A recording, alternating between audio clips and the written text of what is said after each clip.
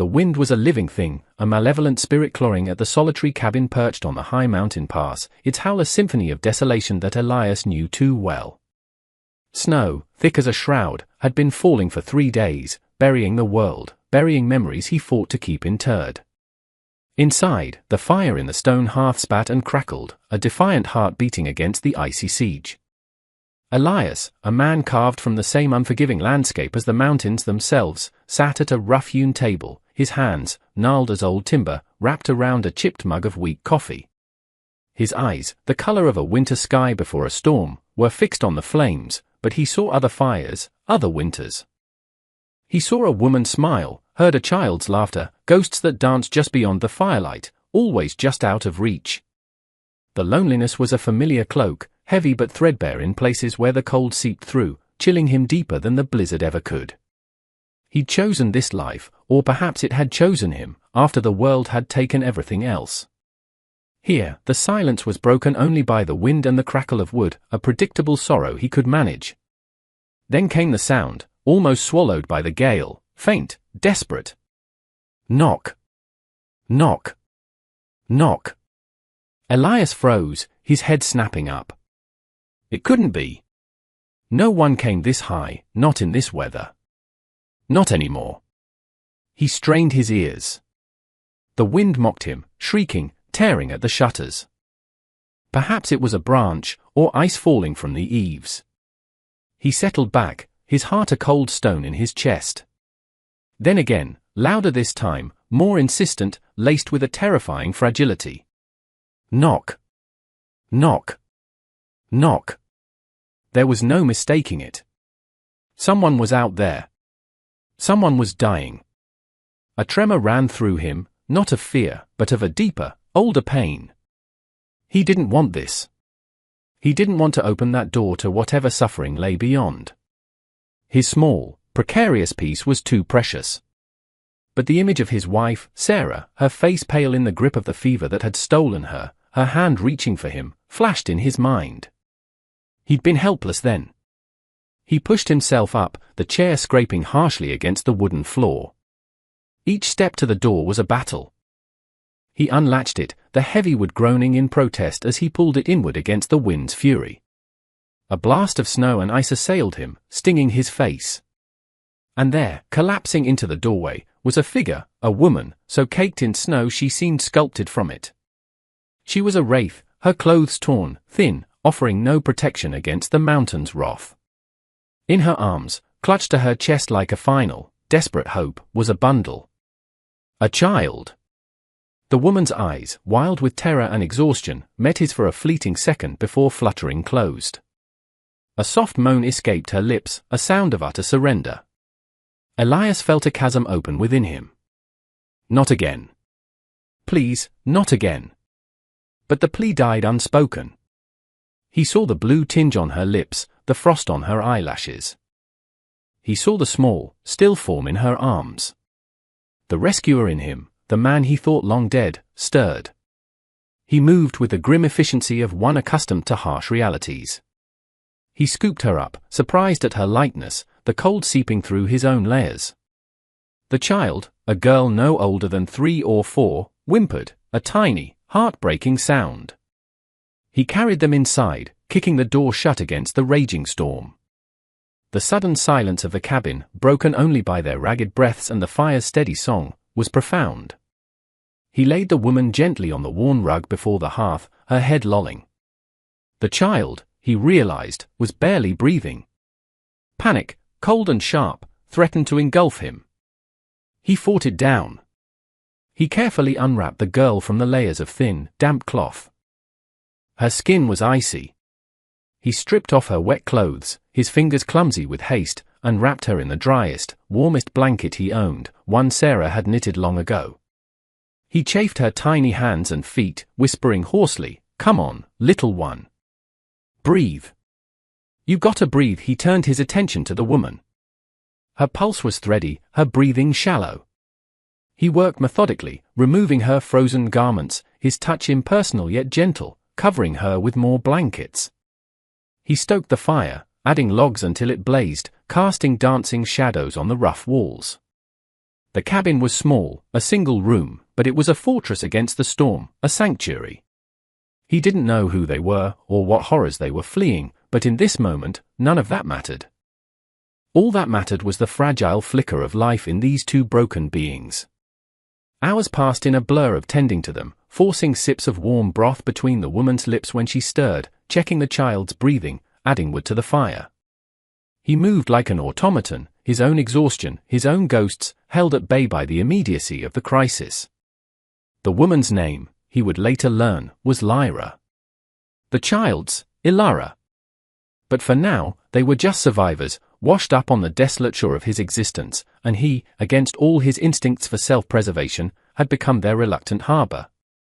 The wind howled outside, but inside, a fragile warmth began to spread, not just from the fire, but from a place Elias thought had turned to ash long ago.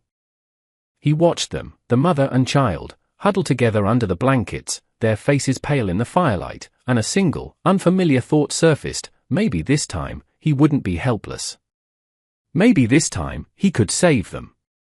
He was careful not to crowd them, aware that his presence, large and unfamiliar, might be a source of fear rather than comfort for the woman. The child, Ilara, responded more readily to warmth and the gentle coaxing of broth he managed to get her to sip. Her small coughs were less ragged now, her breathing a little easier. The woman, Lyra, remained mostly unconscious, stirring only to moan softly or to instinctively pull the blankets tighter around herself and the child. Elias found himself watching them, a strange ache in his chest. They were so vulnerable, so utterly dependent on him. It was a responsibility he hadn't sought, one that dredged up painful memories of his own failures, his own losses. He remembered Sarah's increasingly frail form, Tom's small hand clutching his, the bitter cold of that other, fateful winter. He shook his head, trying to dispel the ghosts. These two were alive. That was all that mattered now. He kept the fire roaring, the cabin becoming almost oppressively warm, but he knew it was necessary to combat the deep chill that had settled into their bones.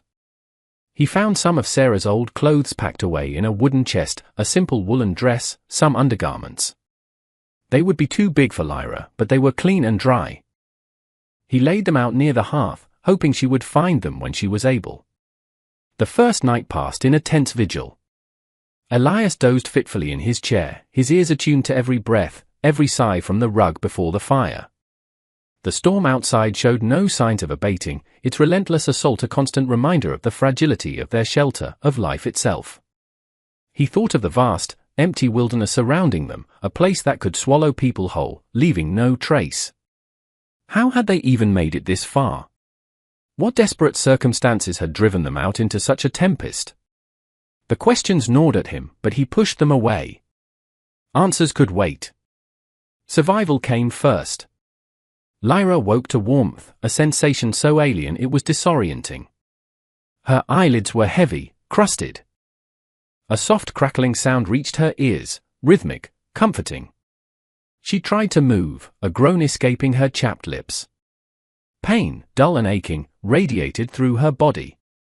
Panic flared, sharp and cold, as memory returned in jagged shards, the endless running, the biting cold, the gnawing hunger, the terror of pursuit. Ilara. Where was Ilara? Her eyes flew open. She was lying on a soft fur rug, a thick blanket covering her. A fire blazed in a stone hearth nearby, its golden light painting the rough wooden walls of a small cabin. And beside her, nestled under the same blanket, sleeping soundly, was Ilara, her small chest rising and falling in a steady rhythm. Relief washed over Lyra, so potent it left her weak. She reached out a trembling hand, touching Ilara's cheek. Warm. She was warm. A man sat in a chair across the small room, his back partially to them, mending something with a needle and thick thread. He was large, his shoulders broad, his presence filling the space. He wore simple, worn clothes. His stillness was absolute, like a mountain. Lyra tensed, every instinct screaming danger. Who was he? Where were they? The men who hunted them, had he found them for them? She tried to sit up, but a wave of dizziness forced her back down. The movement, slight as it was, caught his attention. He turned his head slowly, his eyes meeting hers.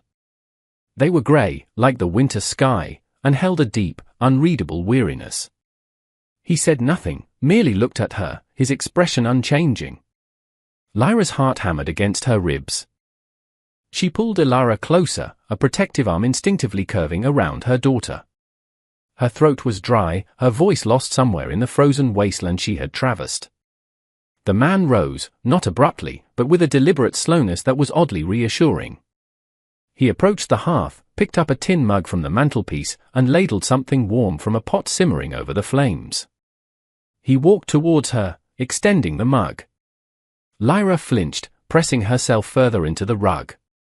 His eyes softened, just a fraction. "Broth," he said, his voice low, rough, like stone shifting. "Good for you." For the little 1 inch he placed the mug on the floor near her, then retreated to his chair, resuming his mending. His actions were devoid of threat, yet Lyra remained coiled, a spring wound tight with fear. For days, this silent ballet continued. Elias, she had heard him murmur the name once when he thought she slept, a soft sound addressed to no one, moved about the cabin with quiet efficiency. He tended the fire, brought them food, water. He never pressed her, never asked questions.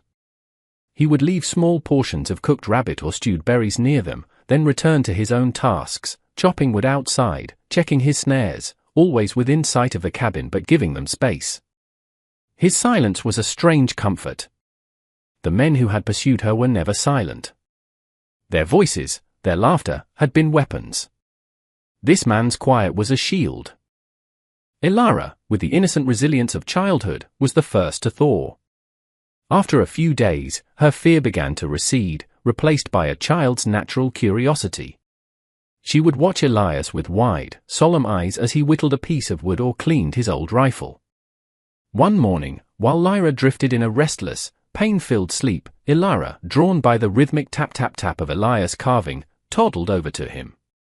Lyra woke with a start, her breath catching in her throat, to see Ilara standing beside Elias's chair, her tiny hand tentatively reaching for a wood shaving.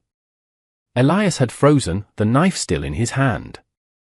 He looked at Ilara, then at Lyra, his expression unreadable. Lyra's heart pounded. But Elias simply put down his knife and the piece of wood. He picked up a finished carving from the mantel, a small, smooth bird, and held it out to Ilara. Ilara looked at it, then at him, then took it carefully in her small fist, a tiny smile touching her lips.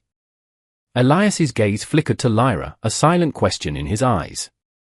Lyra found she could breathe again. She offered a small, almost imperceptible nod. It was the first crack in the wall of her distrust. The cabin became their world. The storm raged outside for what felt like an eternity, sealing them in. Inside, the fire was a constant, a warm, beating heart. Elias would sometimes sit by it, staring into the flames, and Lyra would see a profound sadness etch itself onto his weathered features. She wondered about his story, his solitude.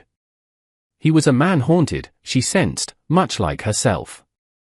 She began to notice the small details, the way he always made sure the woodbox was full before nightfall, the gentleness with which he handled the small bird carving before giving it to Ilara, the worn photograph of a woman and a small boy tucked into a crack in the wooden mantel, their faces faded with time. Scars. They both had them, visible and invisible. His were etched on his hands, his face, testament to a hard life. Hers were branded on her soul, raw and bleeding. Slowly, Lyra started to heal, physically at least. The frostbite on her fingers and toes receded, the gnawing ache in her bones lessened. She ate the food Elias provided, simple fare, but nourishing. She started to help, in small ways. Folding the blankets. Stirring the stew when he was outside. These small acts were a language of their own, tentative steps towards an unspoken understanding. She still didn't speak, not with words. The trauma had stolen her voice, or perhaps she had willingly surrendered it, a desperate attempt to become invisible to those who hunted her. But her eyes started to lose some of their haunted look. When Elias met her gaze now, she didn't always flinch away. The fire crackled. Ilara babbled softly, playing with her wooden bird. Elias mended a tear in his worn coat. Outside, the wind howled, but inside the small cabin, a fragile piece, as delicate as a newborn fawn, was taking its first, uncertain steps. It was a sanctuary built on shared silence, on unspoken grief, and the quiet, steady beat of a rescuer's unexpected kindness. Lyra found Sarah's clothes, neatly folded. She held the woolen dress to her cheek. It smelled faintly of lavender and wood smoke, a scent of a life she couldn't imagine. Wearing it felt like borrowing someone else's skin, but it was warm, and her own clothes were little more than rags. Elias made no comment when he saw her in it, but she thought she saw a flicker of something deep in his eyes, a sorrow too profound for words, before he turned away. The days bled into weeks, marked by the slow retreat of the snow and the gradual lengthening of the daylight that filtered through the cabin's single, small window. A fragile rhythm established itself within the weathered walls. Elias would rise before dawn, the scent of wood smoke and brewing coffee his daily ritual. Lyra, now stronger, would tend to Ilara, her movements becoming less hesitant, more assured. She started to contribute more meaningfully to their shared existence, her hands, though still bearing the memory of frostbite, relearning forgotten domestic skills. She would mend Ilara's tattered clothes with thread Elias provided, her stitches neat and precise. She learned to bank the fire, to prepare the simple meals they shared, her presence in the small kitchen area no longer that of a frightened ghost but of a quiet partner. Elias watched her, his expressions usually unreadable, but Lyra sometimes caught a flicker of something in his eyes, surprise, perhaps, or a reluctant acknowledgement of her growing strength. He saw the fierce, unwavering devotion she had for Ilara, a mother's love that mirrored the raw ache in his own heart for the family he had lost. That shared understanding, unspoken yet profound, began to weave a delicate thread between them. He never asked about her past, about the fear that still clung to her like a shroud, manifesting in nightmares that would leave her trembling and gasping in the pre-dawn darkness. He would simply ensure the fire was burning bright, a silent sentinel against the terrors of the night. One afternoon, Ilara, chasing a dust mote dancing in a rare shaft of sunlight, stumbled and fell, striking her head against the corner of the rough-hewn table. Her cry was sharp, full of pain and surprise. Lyra was there in an instant, scooping her up, her face a mask of terror. "Ilara!" "Oh, my sweet girl," she whispered, her voice raspy from disuse, the first word she had spoken beyond Ilara's name in weeks. Elias, who had been sharpening an axe by the door, was by their side immediately. He gently examined the small bump already forming on Ilara's forehead. "Just a knock," he said, his voice calm, steady. "She'll be all right." He fetched a clean cloth, dipped it in cool water from the bucket, and showed Lyra how to hold it against the swelling. His competence, his quiet reassurance in that moment of panic, chipped away another piece of Lyra's fear. Later that evening, as Ilara slept peacefully between them, her small face angelic in the firelight, Lyra spoke again. "Thank you," she said, her voice barely above a whisper, directed at Elias who was oiling his rifle. He paused, looking at her. He simply nodded, a gesture that conveyed more than words could. The dam of her silence was slowly breaking. A few days later, as a pale spring sun finally began to melt the last stubborn patches of snow around the cabin, Elias was checking his perimeter, a habit ingrained from years of solitude and a recent, growing unease. He found it nestled at the base of a pine tree, half hidden by new growth, a small, metallic cylinder, cold to the touch, with no discernible markings. It wasn't from this world, not his world of wood and stone and snow. It was alien, manufactured, and it sent a chill down his spine that had nothing to do with the lingering winter air. He knew, with a certainty that settled like lead in his gut, that it was a marker, a beacon. They were being tracked. He said nothing to Lyra, not wanting to shatter the fragile peace she was beginning to find. But his vigilance increased. His eye scanned the tree line more frequently, his hand often resting on the worn stock of the rifle that leaned near the door. Lyra noticed the change in him, the subtle tension in his shoulders, the way his gaze lingered on the horizon. It reawakened her own dormant fears. The nightmares returned with greater intensity, filled with faceless men in dark uniforms, their voices cold, their eyes empty as they called her Asset LX7. She would wake up gasping, Ilara stirring beside her, her small hand reaching for comfort. One morning, after a particularly harrowing night, Lyra found Elias staring at the faded photograph on the mantel. He touched it gently, his calloused finger tracing the outline of the woman's smiling face. "Sarah," he said, his voice thick with unshed tears. "My wife." And little Tom, he didn't look at Lyra, just continued to stare at the photograph. The fever took them. Winter like this one, years ago, Lyra's heart ached for him. She understood loss. She understood grief. She reached out, her hand hesitating before lightly touching his arm. "I'm sorry," she whispered. He turned then, his grey eyes filled with a profound sadness, but also a flicker of something else, gratitude, perhaps, for her shared sorrow. He covered her hand with his own for a brief moment. "Stay," he said, his voice rough.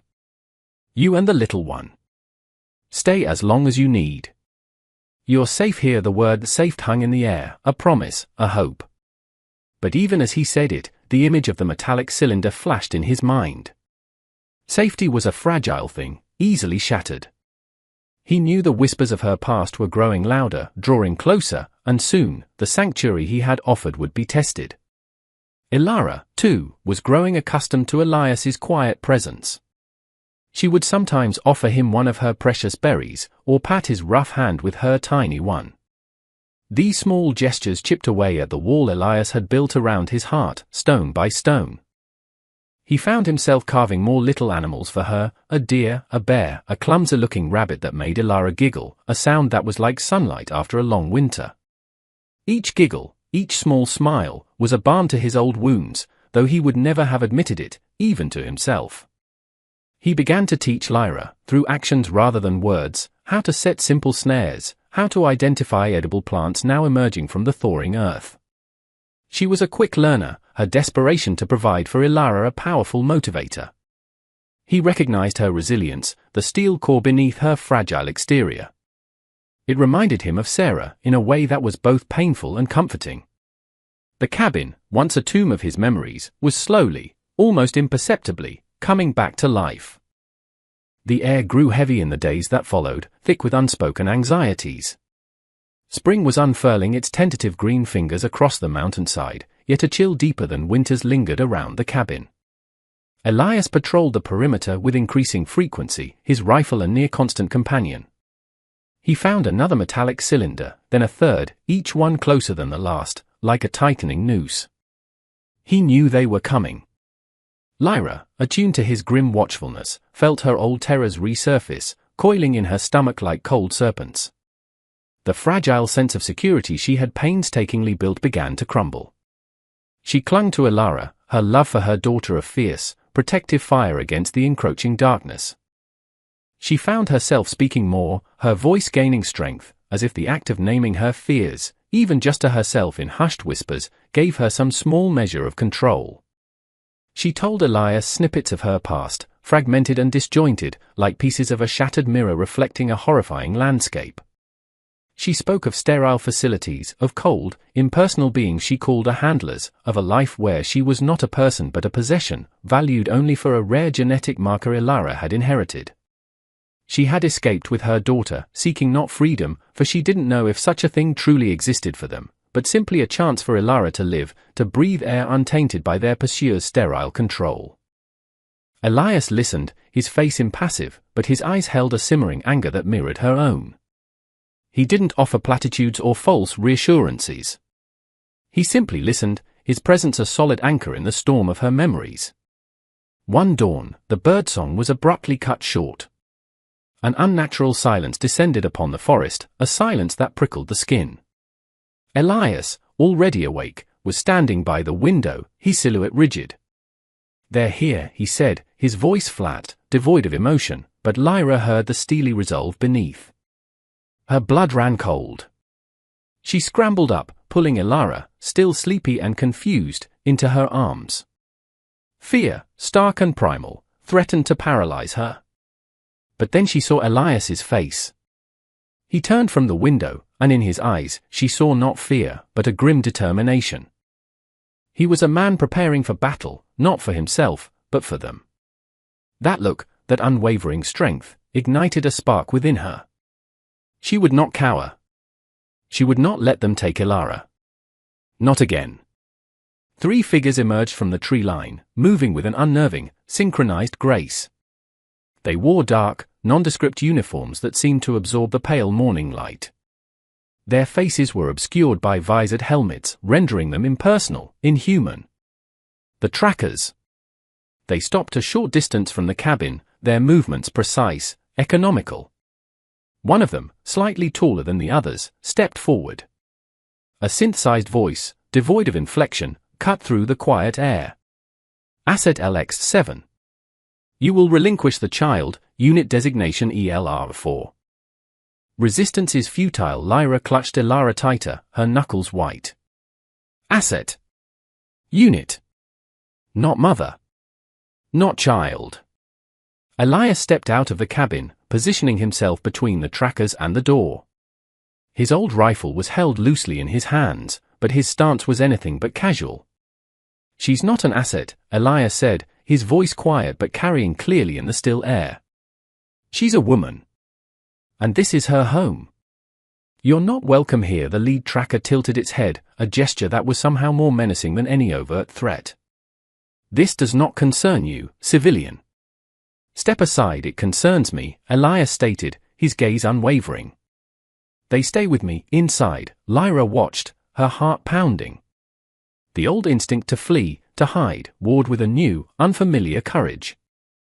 Elias was standing against them, for them. He was one man against 3, against a force she knew to be ruthless and technologically superior. She looked down at Elara, at her innocent face, her trusting eyes. And she knew she couldn't just watch. She had to do something. The lead tracker raised a hand, and the other 2 fanned out, their movements fluid, predatory. Final warning, civilian. Elias didn't flinch. You'll have to go through me. The confrontation was swift, brutal, and almost silent. The trackers moved with disciplined speed, but Elias knew this land, every rock, every tree. He used the terrain to his advantage, his movements honed by years of survival. It wasn't a firefight in the traditional sense. The trackers seemed to favor incapacitation over outright lethality, their weapons emitting brief, high-pitched whines. One of them lunged at Elias. He sidestepped, bringing the butt of his rifle up in a powerful arc, catching the tracker under the chin. The figure stumbled back, momentarily disoriented. But another was already moving, flanking him. Suddenly, a piercing scream ripped through the air. Not from Elara, but from Lyra. She burst from the cabin, a burning log held precariously in her hands, its end glowing fiercely. Leave him alone, she shrieked, her voice raw with desperation and fury. She thrust the burning log towards the tracker advancing on Elias's blind side. The tracker, surprised by her sudden appearance and the primitive weapon, recoiled, shielding its visor from the heat and sparks. The momentary distraction was all Elias needed. He whirled, his rifle speaking once, a deafening roar that echoed through the mountains. It wasn't a killing shot, but it struck the tracker's weapon, sending it spinning away. The lead tracker, seeing its advantage waning, its targets proving more resilient than anticipated, made a decisive move towards the cabin door, towards Elara. The child, its synthesized voice commanded.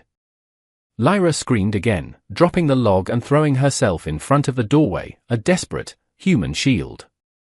Elias saw the red glint of a targeting laser appear on Lyra's chest. There was no time. He lunged, tackling Lyra and himself to the ground, just as a searing beam of energy shot past where she had stood, charring the door frame. He rolled, coming up on one knee, and fired again. This time, his aim was true. The lead tracker staggered, its movements becoming erratic, before collapsing heavily to the ground, systems failing. The remaining tracker, seeing its leader fall and facing 2 unexpectedly fierce opponents, paused. Its helmeted head swiveled between Elias and the fallen leader. Then, with the same unnerving efficiency it had displayed upon arrival, it turned and retreated back into the trees, disappearing as silently as it had come. Silence descended again, broken only by Lyra's ragged sobs and Elara's frightened whimpers from inside the cabin. Elias rose slowly, his body aching, his ears ringing. He looked at Lyra, who was pushing herself up, her face smudged with soot, her eyes wide with a mixture of terror and triumph. She had found her voice. She had found her strength. She had fought.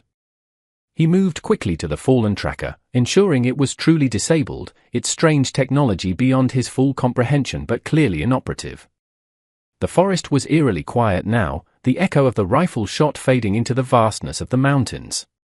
He felt a deep weariness settle over him, the adrenaline ebbing away, leaving behind an ache in his muscles and a tremor in his hands. The immediate aftermath was a maelstrom of adrenaline and shock. Elias quickly checked the fallen tracker. It was inert, its systems fried, no longer a threat. The other had vanished, but he knew it wasn't necessarily over. They might send more. But for now, for this moment, they were safe. He turned back to Lyra, who was now inside, kneeling beside a terrified Ilara, murmuring soft reassurances.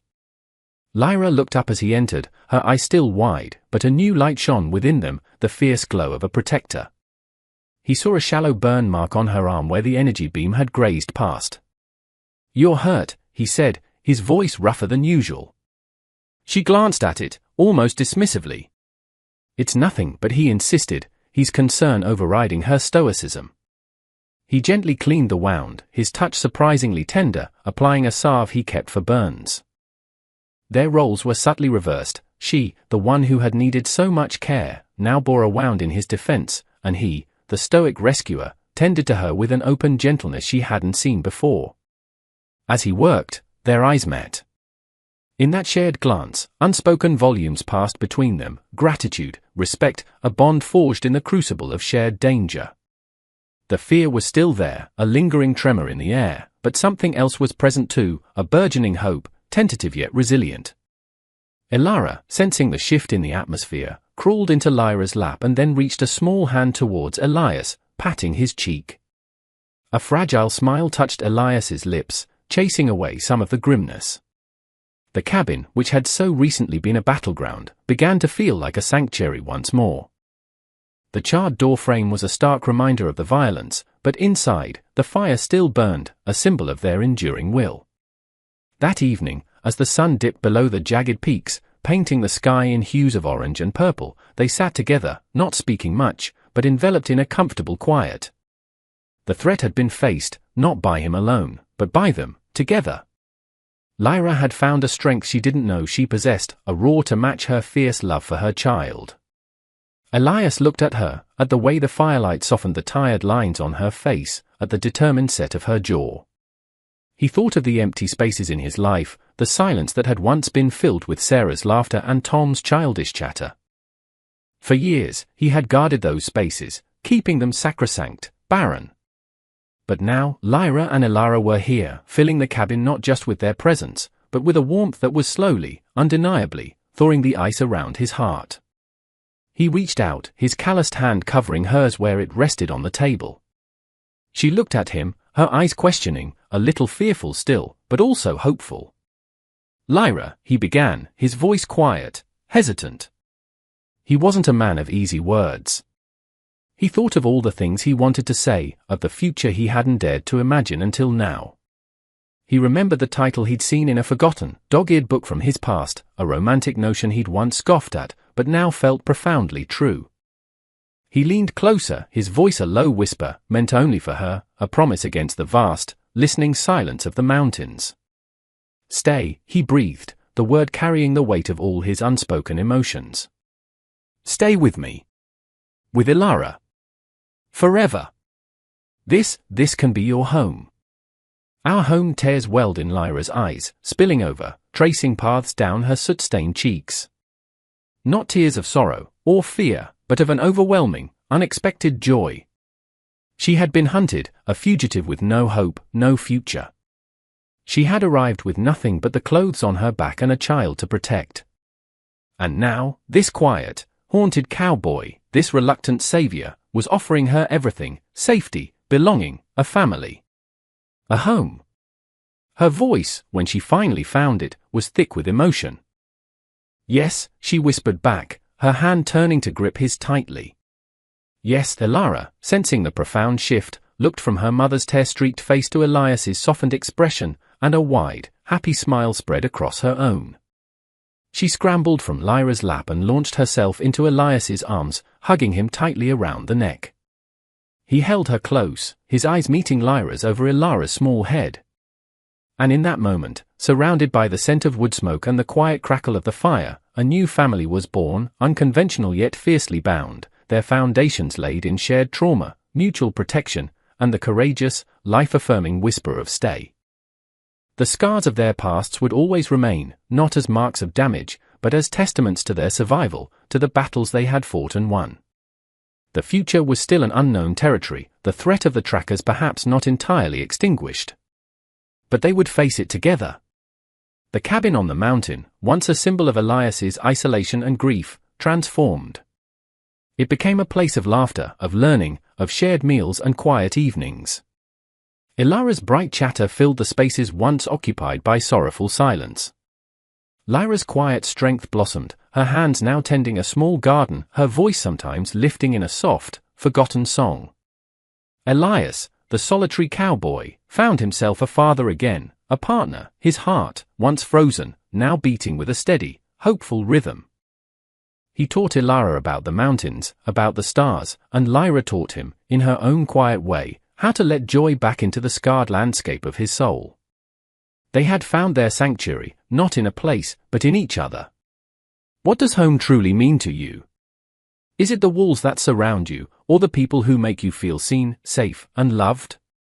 Share your thoughts and experiences in the comments below.